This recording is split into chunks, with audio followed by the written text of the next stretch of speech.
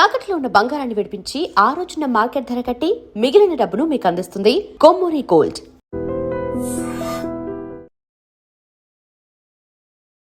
నమస్కారం, welcome to I dream. నేను మీ విజిత. ప్రస్తుతం మనతో పాటు ఉన్నారు శృంగేరి శారదాపీఠం ఆస్థాన పండితులు, ప్రవచనానిధి, పౌరాణిక ప్రవర డాక్టర్ బాచంపల్లి సంతోష్ కుమార్ శాస్త్రి గురువుగారు మనతో పాటు ఉన్నారు. ఇప్పుడు గురువుగారితో మాట్లాడి శ్రీరామనవమి విశిష్టత గురించి తెలుసుకుందాం. నమస్కారం గురుగారు. నమస్తేనమ్మా. గురుగారు, శ్రీరామనవమి రాబోతోంది. శ్రీరామనవమి అనగానే అసలు రామనామం వినగానే ఒళ్ళంతా పులకించిపోతుంది ప్రతి ఒక్కరిలో కూడా. ఎందుకని గురుగారు ఆ రామనామంలో అంత వైబ్రేషన్స్ ఎందుకున్నాయి గురుగారు? అసలు భారతదేశానికి ఆత్మ రామచంద్రమూర్తి. ఈ దేశ సంస్కృతి, ఈ దేశ పునాది రామావతారం మీదనే ఆధారపడి ఉంది. రాముడు ఇప్పటివాడు కాదు.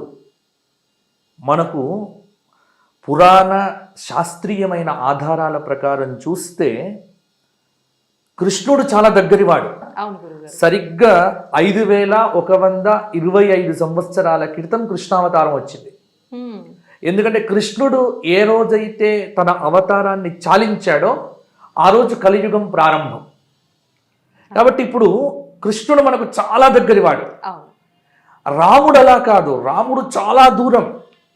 ఎందుకంటే మనకు రామాయణ కాలం ప్రకారం కనుక చూసుకున్నట్లయితే 24వ మహాయుగం.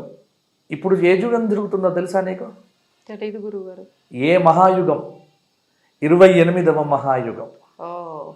28వ మహాయుగం కంటే ముందు 24వ మహాయుగం అంటే 27, 26, 25 3 మహాయుగాల కింద 24వ మహాయుగంలో, త్రేతాయుగంలో, చైత్రమాసంలో, శుక్లపక్షంలో విలంబినామ సంవత్సర చైత్రశుద్ధ నవమి రామచంద్రమూర్తి అవతరించాడు. అంటే లెక్కల ప్రకారం చూస్తే కాలమాధవీయ మొదలైన జ్యోతిషాస్త్ర గ్రంథాల ప్రకారం కనుక చూస్తే 1,80,36,000 చిల్లర సంవత్సరాల క్రితం వచ్చాడు రామచంద్రమూర్తి. అంటే ఎంత ప్రాచీనమైనటువంటి స్వరూపం. కానీ ఈ రోజుకు ఇప్పుడు నన్ను ప్రశ్న వేస్తున్నావు అంటే నువ్వు ఈ రోజుకు రామావతారము, రామ సంస్కృతి, అందులో ఈ సంవత్సరం మరచిపోని సంవత్సరం, మరపు రాని సంవత్సరం. నీకైనా, నాకైనా, టీవీ చూస్తున్న మన ఐ డ్రీమ్ ప్రేక్షకులకైనా అందరికీ జీవితంలో గుర్తుండిపోవాల్సిన సంవత్సరం. ఎందుకంటే మన తరం రాముడిని అయోధ్యలో ప్రత్యక్షంగా చూస్తోంది. ఇది మనం చాలా గొప్ప అదృష్టవంతులం. మనకంటే ముందు తరం వాళ్ళు, మన తర్వాతి తరం కూడా ఈ భాగ్యం లేదు. కానీ మనం చాలా అదృష్టవంతులం. ఎందుకంటే నేను మొన్ననే రాముడికి దర్శనం చేసుకుని వచ్చా. అయోధ్య వెళ్ళి రామ దర్శనం చేసుకున్న తర్వాత ఆ క్షణకాలం లోపల అడుగుపెట్టి రామచంద్రమూర్తిని చూసినప్పుడు నవనీత కోమల శ్యామల మధుర మంజుల సుందర వదనారవింద సౌందర్య దివ్య ఆకార స్ఫూర్తిమంతమైనటువంటి నవకోటి లావణ్య ప్రభా మండిత ఆ బాల శ్రీరామచంద్ర దివ్య ఆనంద స్వరూపాన్ని ఒక క్షణకాలం నేను చూడగానే నా కళ్ళ నుండి అప్రయత్నంగా ఆనంద భాష్పాలు రావటమే కాదు, ఆ క్షణంలో నాకు అనిపించిన భావం ఏమిటి అంటే, రామా ఇక ఇప్పుడు చచ్చిపోయినా పర్వాలే. ఎందుకంటే నిన్ను చూడకుండా, అయోధ్యలో నీ స్వరూపాన్ని చూడకుండా, నీ ఆలయాన్ని చూడకుండా ఇన్ని రోజులు ఎప్పుడు పోతానో భయం ఉండేది. ఇప్పుడు పోయినా నాకు చిక్కులేదు. ఎందుకంటే అయోధ్యలో నా రాముణ్ణి చూశాను. అందుకే కదమ్మా సాధారణంగా ఏ దేవాలయంలోనైనా గుడి ప్రతిష్ఠ చేసేటప్పుడు ఆ దేవుడి పేరుతో ప్రతిష్ఠ అని చెప్తారు. కానీ మీరు అయోధ్యలో ఏం పేరు పెట్టారు? శ్రీరామ ప్రాణప్రతిష్ఠ అని పేరు. అదే చెప్తున్నాను. ఎందుకని పేరు పెట్టారు అంటే అక్కడ జరిగింది రాముడికి ప్రాణప్రతిష్ఠ కాదమ్మా. ఈ దేశంలో రామనామంతో బ్రతుకుతున్న 130 కోట్ల మందికి ఈ సంవత్సరం ప్రాణప్రతిష్ఠ జరిగింది. కాబట్టే అది శ్రీరామ ప్రాణప్రతిష్ఠ కాదు, భారతీయ ప్రాణప్రతిష్ఠ, భారతీయ సంస్కృతి ప్రాణప్రతిష్ఠ, భారతీయ ఆత్మ ప్రాణ ప్రతిష్ట, భారతీయ చైతన్య ప్రతిష్ట, భారతీయులకు మూలమైనటువంటి ప్రతిష్ట. కాబట్టి మీరు అయోధ్యలో రాముడి యొక్క విగ్రహాన్ని మాత్రం చూడకండి. అది మన ఉనికి, మన ప్రాణం, మన జీవం, మన సంస్కృతి, మనకు సర్వము రాముడేనమ్మా. కాబట్టి వాల్మీకి రామాయణం రాసేటప్పుడే చెప్పాడు, యావత్ స్థాస్యంతి గిరయః సరితశ్చ మహాతలే తావత్ రామాయణ కథ లోకేషు ప్రచరిష్యతి. ఈ భూమి మీద కొండలు, గుట్టలు, చెట్లు, నదులు, నదాలు ఎంతవరకు ఉంటాయో అంతవరకు రామకథ ఉంటుంది, రామనామం ఉంటుంది. రాముడు లేకపోతే నువ్వు లేవు, నేను లేను, ఈ సంస్కృతి లేదు, ఈ దేశం లేదు, ఈ ప్రపంచం లేదు, మానవ మర్యాద లేదు, అసలు మానవుడు అన్నదానికి ఆకృతే లేదు. ఈరోజు మానవులుగా పుట్టామన్నా, మానవ సంస్కృతిలో బతుకుతున్నామన్నా, భారతీయ ఉమ్మడి కుటుంబ వ్యవస్థలో అద్భుతంగా జీవిస్తున్నామన్నా, ఒక తల్లికి కొడుకుగా, ఒక అక్కకు సోదరుడిగా, ఒక అన్నకు తమ్ముడిగా, తమ్ముడికి అన్నయ్యగా, రాజుగా, మంత్రిగా, ఆప్తుడిగా, బాంధవుడిగా, దీనజనులందరినీ ఉద్ధరించేటువంటి దీనోద్ధారకుడిగా రాముడిని ఏ కోణంలో నీవు చూస్తే ఆ కోణంలో నీకు కనిపిస్తాడు, దర్శిస్తాడు. కాబట్టి ఇన్ని చెప్పిన తర్వాత ఇక నీ ప్రశ్నకు సమాధానం దొరికిందనుకుంటా. కాబట్టి రాముడు లేకపోతే భారతదేశం లేదు. అందుకే కంచర్ల గోపన్న రాసినాడు, మనకు చాలామంది దేవుళ్ళు ఉన్నారమ్మా, కానీ రాముని వంటి దేవుడు ఇంకొకడు లేడు. ఎందుకంటే కృష్ణుడు ఉన్నాడు, దేవుడే. కానీ కృష్ణుడు దేవుడు అన్నప్పుడు కొంత దూరంగా చూస్తాం, అమ్మో గురువు అన్నా దేవుడు అన్న కొంత. కానీ రాముడు ఆయన దేవుడిగా తనకు తాను చెప్పలే, తనకు తాను ప్రకటించుకున్నాడేమని, ఆత్మానం మానుషం మన్యే రామం దశరథాత్మజం. ఎవ్వరడిగినా రామచంద్రమూర్తిని నేను మనుష్యుణ్ణి, నేను దశరథు కొడుకుని. కాబట్టి ఇక్కడ చెప్పమ్మా, ఒక మనిషికి ఎంత శక్తి ఉందో దేవుడి కంటే కూడా శక్తిమంతుడమ్మా మనుష్యుడు.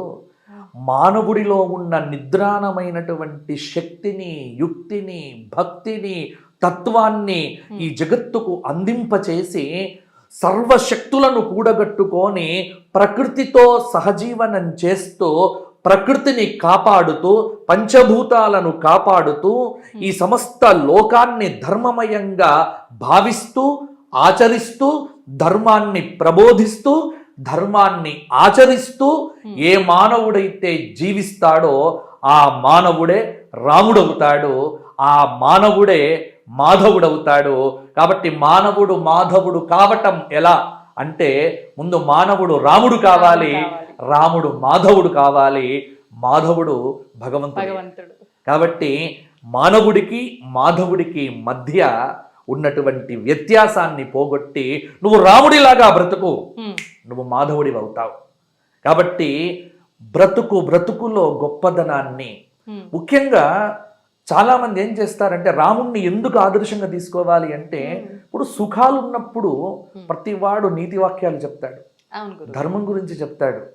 తర్వాత ప్రతివాడు ఏసీ కింద కూర్చొని భక్తిని, ధర్మాన్ని చెప్పటం పెద్ద గొప్ప విషయం కాదు.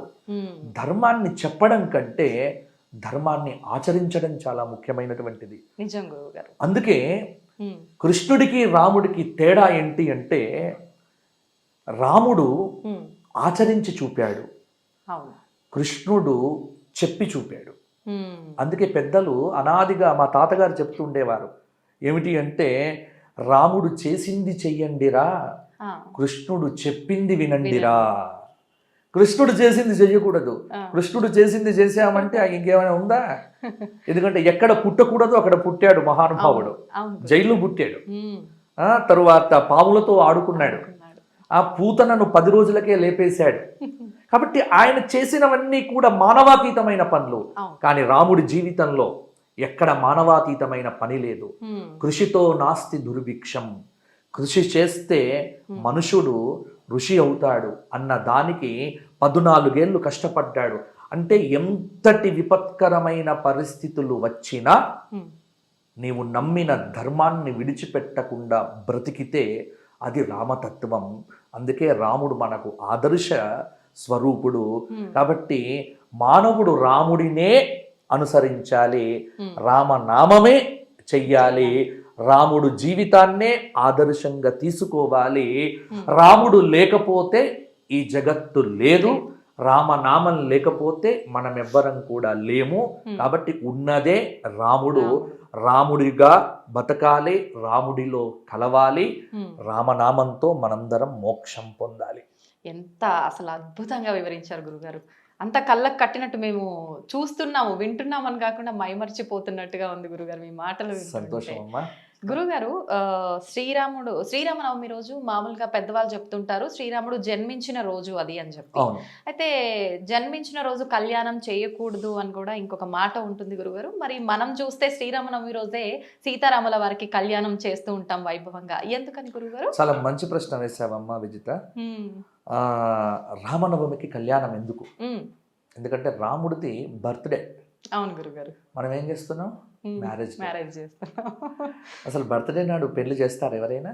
చేయకూడదు అంటారు కదా. చేయకూడదు. మరి ఎందుకు చేస్తున్నాం? అదే కదా రహస్యం. ఓకే, ఏంటి గురుగారు ఆ రహస్యం తెలుసుకోవాలి అంటే ఏమీ లేదమ్మా. ఇప్పుడు సినిమాలలో కానీ టీవీ సీరియళ్లలో కానీ నేను చూస్తూ ఉంటా, ఎవడైనా రచయిత ఏదైనా మాట మాట్లాడితే కొంత కమ్యూనిజం భావం కలిగినటువంటి వాడు ఫస్ట్ విమర్శించేది రాముణ్ణి, రాముడి పాత్రను, సీతమ్మను, అంటే చాలా అలవోగ్గా విమర్శిస్తారు. కానీ అసలు రామాయణం చదివితే మీకు అర్థమవుతుంది, రామాయణంలో ఎక్కడ కూడా రాముడి విషయంలో అధర్మం అనేది లేదు. రాముడి మీద క్వశ్చన్ వేసేటువంటి వాడు. అందుకే నేను చెప్తున్నా, మీరు రాముడికి సంబంధించి ఈరోజు ఒకప్పుడు ఒకడు రాముడి గురించి అవాకులు చెవాకులు పేలాడు. నేను అనుకున్నాను, రాముడి గురించి మనమేదో గతి తప్పి దారి తప్పి మాట్లాడితే మనం శిక్షించాల్సిన పనిలే. నేచర్ ఆల్వేస్ దేర్, చూస్తోంది, ప్రకృతి చూస్తోంది. రాముణ్ణి గురించి నీవు తిట్టినా, రాముడి గురించి నీవు నీచంగా మాట్లాడినా, రాముడి గురించి ఏమాత్రం తక్కువ చేసి మాట్లాడినా నువ్వు కాదు, మనుషులు కాదు, ముందు ప్రకృతి ఒప్పుకోదు, ప్రకృతి నిన్ను లేపేస్తుంది. కాబట్టి జాగ్రత్త పడాలి. రాముడు అంటే ప్రకృతి స్వరూపుడు. ఎందుకంటే రాముడు పుట్టింది చైత్రశుద్ధ నవమి.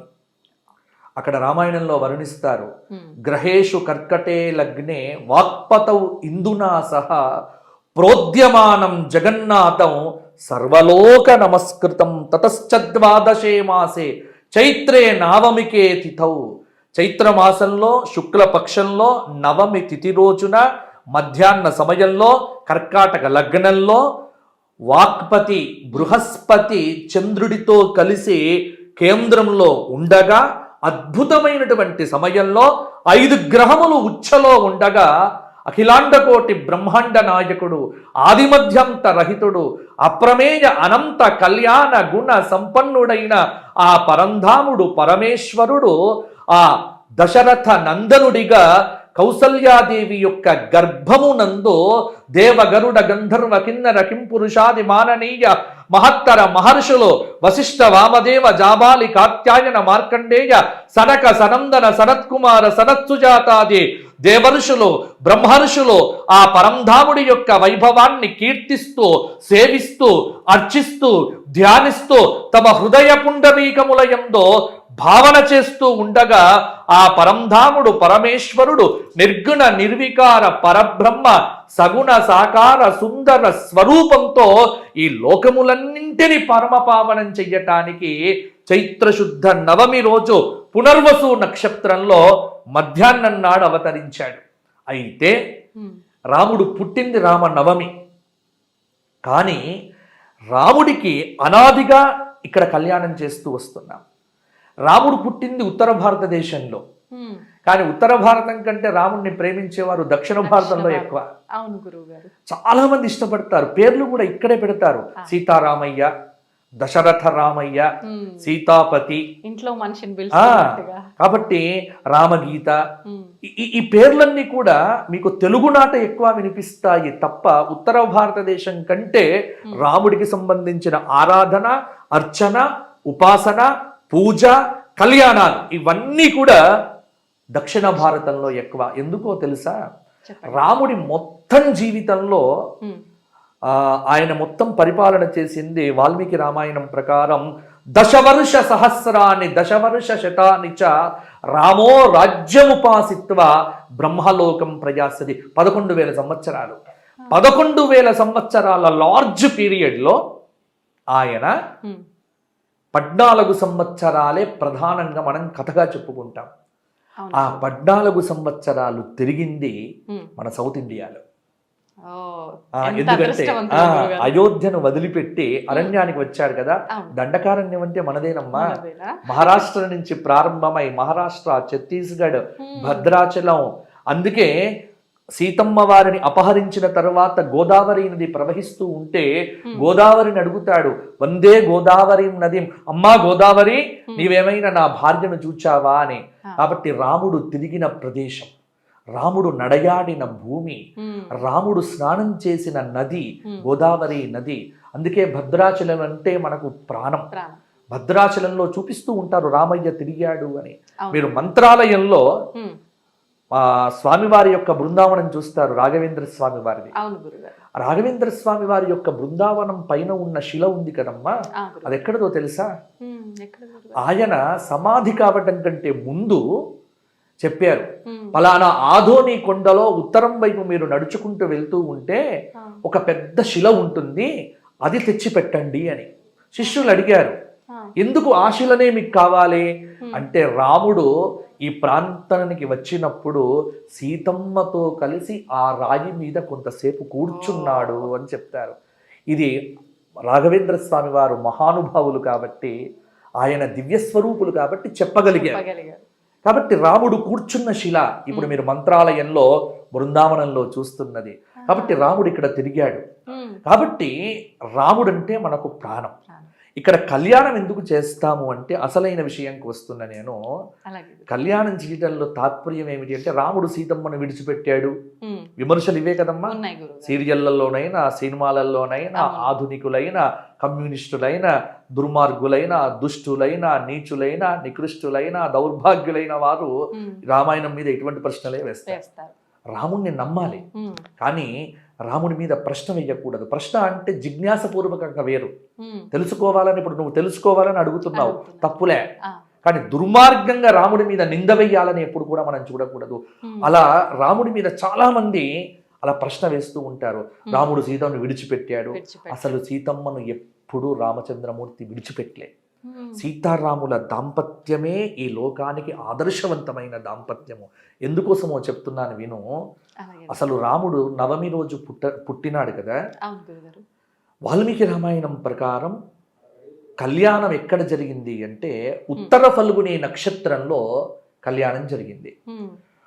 ఫల్గున్యాం ఉత్తరే దివసే అని చెప్పినారు. ఉత్తర ఫల్గుని నక్షత్రంలో సీతారామ కళ్యాణం జరిగినట్టుగా బాలకాండ చెప్తోంది. మరి ఇప్పుడు పునర్వసు నక్షత్రంలో రామనవమి నాడు ఎందుకు చేస్తున్నారు అంటే, దీనికి ఒక గొప్ప విశేషం ఏంటంటే, అస్మత్ గురుదేవులు పౌరాణిక సార్వభౌములు మల్లాది చంద్రశేఖర శాస్త్రి గారు కూడా చెప్పినారు. ఏమని అంటే, చాలా పరిశోధన చేసి సీతను కానీ రాముణ్ణి కానీ ఒంటరిగా పూజించకూడదు. రాముడి పూజ చెయ్యాలి అంటే పక్కన సీతమ్మ ఉండాలి, పక్కన సీతమ్మను పెట్టాలి అంటే రాముడు ఉండాలి. కాబట్టి సీత లేని రాముణ్ణి పూజించినా, రాముడు లేని సీతను పూజించినా ఆ పూజ చెల్లదు. ఎందుకు అంటే అవతారము యొక్క పరమార్థమే అది. అందుకే ఇక్కడ సీతమ్మను ఇప్పుడు రాముడి పుట్టినరోజు నాడు మనం పూజ చెయ్యాలి అంటే బాలరాముడికి పూజ చేసే సంప్రదాయం లేదు. ఎందుకంటే రాముడు ఒక్కడిగా పూజ చెయ్యకూడదు. అసలు ప్రపంచంలో నువ్వు ఎప్పుడైనా రాముడు సీత వేరు విగ్రహాలు చూసావా? ఎక్కడైనా లేదు గురుగారు. రాముడు ఎక్కడ ఉంటే సీతమ్మ పక్కన ఉంటుంది. మొదటిసారిగా మనం అయోధ్యలో చూస్తున్నాం ఒక్క బాలరాముడు అని. అది అయోధ్యకు మాత్రమే ప్రత్యేకం. ఇంకా అయోధ్యలో తప్ప ప్రపంచంలో ఎక్కడ ఉండదు. ఎందుకంటే అయోధ్యలో పుట్టాడు కాబట్టి బాలరాముడి విగ్రహం పెట్టారు. కానీ ఇక ప్రపంచంలో ఎక్కడ రామాలయం కట్టినా పక్కన సీతమ్మ ఉండాలి, పక్కన లక్ష్మణుడు ఉండాలి, పక్కన ఆంజనేయ స్వామి ఉంటేనే మనకు. అందులో భద్రాచలంలోనైతే ఆ రామచంద్రమూర్తి తొడ మీదే కూర్చుని పెట్టుకున్నాడు సీతమ్మ వారిని, వామాంక స్థిత అని అద్భుతంగా కీర్తిస్తూ. కాబట్టి సీతమ్మను రాముడితో కలిపి పూజించాలి. కాబట్టి కలపాలంటే మొదలు ఏం చెయ్యాలి? కళ్యాణం చెయ్యాలి. కాబట్టి రాముడి పుట్టినరోజు పూజ చెయ్యాలన్నా పక్కన సీతమ్మ ఉండాలి. కాబట్టి సీతమ్మను కలపకుండా పూజ చెయ్యకూడదు. కాబట్టి ఖచ్చితంగా రామనవమి ఆయన పుట్టినరోజు అయినప్పటికీ కూడా కలిపి కళ్యాణం చెయ్యటం అనేటువంటిది చేసి మొదలు కళ్యాణం చేసి ఆ కళ్యాణం చేసిన తర్వాత ఇద్దరిని కూర్చుండబెట్టి అప్పుడు రాముడికి జన్మోత్సవ పూజ చేస్తాం. కాబట్టి సీతారాములను కలిపి పూజించే సంప్రదాయం. అందుకే మీకు సుందరకాండలో కూడా ఒక చిన్న దృష్టాంతం చెప్తా, దీనికి బలవత్తరమైనటువంటి ఆధారంగా చెప్తున్నా. రాముణ్ణి సీతమ్మను విడిచిపెట్టి రాముడికి మాత్రమే దండం పెట్టాడు ఆంజనేయ స్వామి ఆ సముద్ర లంఘనం చేసేటప్పుడు. అది చాలాసేపు దొరకలే సీతమ్మ వారు. చాలా వెతికి వెతికి వెతికి ఆయన ఇంకా అప్పుడు ఆయనకు బుద్ధిమంతుడు కదా హనుమంతుడు, అప్పుడు ఆయనకు ఆలోచన కలిగింది. వెంటనే అనుకున్నట్ట, అమ్మో సీతమ్మను లేకుండా రాముడికి మాత్రమే నమస్కారం చేశా అని గ్రహించిన హనుమంతుడు నమోస్తు రామాయ సలక్ష్మణాయ దేవ్యై చ తస్యై జనకాత్మజాయై నమోస్తు రుద్రేంద్ర యమానిలేభ్యః నమోస్తు చంద్రార్కమరుద్గణేభ్యః.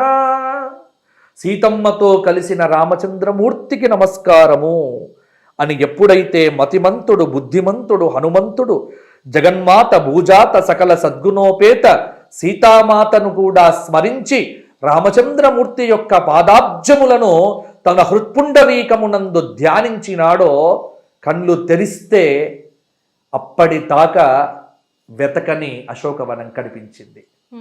ఇది మనం హనుమంతుడి యొక్క జీవితంలో దృష్టాంతం. కాబట్టి సీతారాములను కలిపి పూజించాలి. కలిపి పూజించే సంప్రదాయం అనేటువంటిది పెద్దలు పెట్టారు. కాబట్టే నాటి నుంచి నేటి వరకు కూడా రామనవమి రాముడి పుట్టినరోజు అయినప్పటికీ కూడా ఇద్దరిని కలిపి పూజించే సంప్రదాయం అనేది పెద్దలు ఏర్పాటు చేసినారు. కాబట్టి ఇద్దరికి కళ్యాణం చేసి, ఇది కేవలం రామావతారానికి మాత్రమే ఉంది, ఇది శివావతారానికి మాత్రమే. పుట్టినరోజు నాడు కళ్యాణం చేసే సంప్రదాయం దేవతామూర్తుల్లో ఇద్దరికే ఉంది. ఒకరు పార్వతీ పరమేశ్వరులు. శివరాత్రి నాడు ఆయన ఎప్పుడు పుడతాడు? అర్ధరాత్రి పుడతాడు కదా శివలింగ రూపంలో. పుట్టగానే శ్రీశైలంలో కళ్యాణం చేస్తారు. ఎందుకంటే శంకరుడికి భార్య లేకుంటే కష్టం. అలాగే రాముడికి భార్య పక్కన పెట్టకపోతే కష్టం. కృష్ణుడికి ఈ నియమాలు ఇవేవీ లేవు. ఆయనకు ఏ భార్యను పెట్టాలో మనకు కష్టం. కాబట్టి కృష్ణుడికి పక్కన సత్యభామను పెట్టాలా, జాంబవతిని పెట్టాలా, రుక్మిణిని పెట్టాలా, మనకు డౌట్లు వస్తాయి. అందుకే ఆయన పక్కన ఎవరిని పెట్టకుండా మురళీకృష్ణుడిగా, గోపాలకృష్ణుడిగా, గోవర్ధనధారిగా ఒక్కరిని పెట్టి పూజిస్తాం. కానీ రాముణ్ణి ఒక్కరిని పెట్టి పూజించే సంప్రదాయము లేదు, ఆరాధన లేదు. ఇది రామావతారానికి కృష్ణావతారానికి. అందుకే కృష్ణాష్టమి నాడు ఆయనకు జన్మోత్సవం చేస్తాం. కృష్ణాష్టమి రోజున వెన్న తినిపిస్తాం, కానీ కళ్యాణాలు లేవు. నరసింహ జయంతి రోజున నరసింహస్వామి వారికి జన్మోత్సవం చేస్తాం, కళ్యాణం లేదు. కళ్యాణం పుట్టినరోజు నాడు కళ్యాణం చేసే సంప్రదాయం దేవతల్లో ఇద్దరికే ఉంది. ఒకరు పార్వతీ పరమేశ్వరులు శివరాత్రి రోజున చేస్తాం, కాళహస్తిలో చేస్తారు, శ్రీశైలంలో చేస్తారు. ప్రతి చోట కళ్యాణాలు జరుగుతాయి శివరాత్రి అర్ధరాత్రి సమయం తర్వాత. అలాగే రామనవమి రోజున రాముడికి కళ్యాణం చేస్తాము. ఈ లోకంలో దాంపత్య ధర్మానికి ప్రతీక రెండే జంటలమ్మ. పెద్దవారైతే షష్ఠి పూర్తి చేసుకుంటే ఏమంటారు? వాళ్ళను మనం పార్వతీ పరమేశ్వరులాగా ఉన్నారు అంటాం. కొత్తగా పెళ్లి చేసుకున్న జంటను చూసి ఏమంటాం? సీతారాముల్లాగా ఉన్నారు అంటాం. అంతే, రెండే పోలికలు ప్రపంచంలో. ఇంకో మూడో పోలిక లేదు.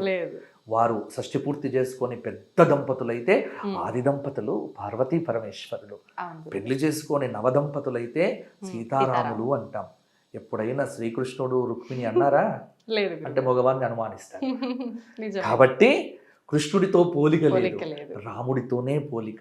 కాబట్టి దాంపత్య ధర్మానికి ప్రతీకగా మనకు కూడా భద్రాచలంలో కళ్యాణం జరిగితేనే, ఇప్పుడు జ్యోతిష్ శాస్త్రంలో కూడా మేము పంచాంగం రాసేటప్పుడు ముహూర్తాలు పెట్టాం. చైత్రశుద్ధ పాడ్యమి నుండి చైత్రశుద్ధ నవమి వరకు పెళ్లి ముహూర్తాలు పెట్టాం. ఎందుకు అంటే భద్రాచలంలో సీతారామ కళ్యాణం కావాలి, ఆ కళ్యాణ తలంబ్రాలు అందరూ తీసుకోవాలి.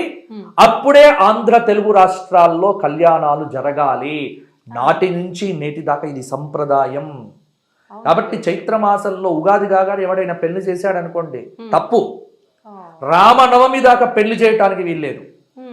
రాముడికి తలంబ్రాలు పోసి ఆ తలంబ్రాలను ప్రసాదంగా తెచ్చుకొని మన తలంబ్రాల్లో కలిసి ఆ తలంబ్రాలు పోసుకుంటే సీతారాముల్లాగా ఆనందంగా ఉంటారు అనే ఒక సంప్రదాయాన్ని మనకి ఇచ్చినటువంటి సంస్కృతి రామాయణ సంస్కృతి. కాబట్టి రామనవమి నాడు పెళ్ళెందుకు అంటే ఇందుకోసం. ఇన్ని విశేషాలు ఉన్నాయి. కాబట్టి ప్రతి చోట కళ్యాణాలు చెయ్యాలి. కళ్యాణ అక్షతలు కొన్ని గుప్పిట్లో తీసుకోవాలి. మన ఇంట్లో పెళ్లి జరిగే రోజున ఆ తలంబ్రాలలో ఇవి కలపాలి. అప్పుడు కళ్యాణం జరిగితే వారు బాగుంటారు. ఇది మన పెద్దలు మనకిచ్చిన అపురూపమైనటువంటి ఆచారం. ఇది భారతీయ సంప్రదాయం. ఇది రామాయణ సారం. గురుగారు, శ్రీరామనవమి అనగానే కళ్యాణం ఒక ఎత్తు అయితే ఆ తలంబ్రాలు ఇంకొక ఎత్తు. చాలా విశిష్టత ఉంది అని పెద్దవాళ్ళు చెప్తుంటారు. కానీ అసలు ఏంటి ఆ విశిష్టత అనేది ఎవరికి క్లారిటీగా తెలియదు గురుగారు, మీ మాటల్లో. అవునమ్మా. జానక్యా కమలామలాంజలి పుటే యాఫ్ పద్మరాగాయితాహ న్యస్తా శ్యామలకాయక అని ఈ అద్భుతమైనటువంటి శ్లోకం ఒకటి ఉంది. ఎవ్వరి పెళ్లి జరిగినా ఈ శ్లోకం చెప్పి అక్షతలు వేస్తారు. ఇది భద్రాచలంలో వస్తున్న ఆచారం. భద్రాచలంలో ఉన్నటువంటి రాముడిని రామచంద్రుడు అని పిలుస్తారు. చల్లని వాడు, చెది ఆహ్లాదే. తరతరాలుగా భద్రాచలంలో ఆయన శంఖచక్రములతో వచ్చినప్పటికీ కూడా ఆయన నారాయణుడే, సందేహం ఏం లేదు. నారాయణుడే రాముడు, దానిలో ఎవ్వరికీ సందేహం లేదు. కానీ ఈ అవతారం యొక్క ప్రత్యేకత ఏమిటి అంటే నారాయణుడు రాముడిగా వచ్చాడు. రామావతారంలో భగవతత్వాన్ని ప్రతిపాదన చేయడం కంటే కూడా రాముడు మానవతత్వాన్ని ప్రతిపాదన చేయటానికే వచ్చాడు. కాబట్టి రాముడికి వేరే పేర్లేవి అవసరంలే. రామచంద్రుడు ఇది అనాదిగా మనం పిలుస్తున్నటువంటి పేరు.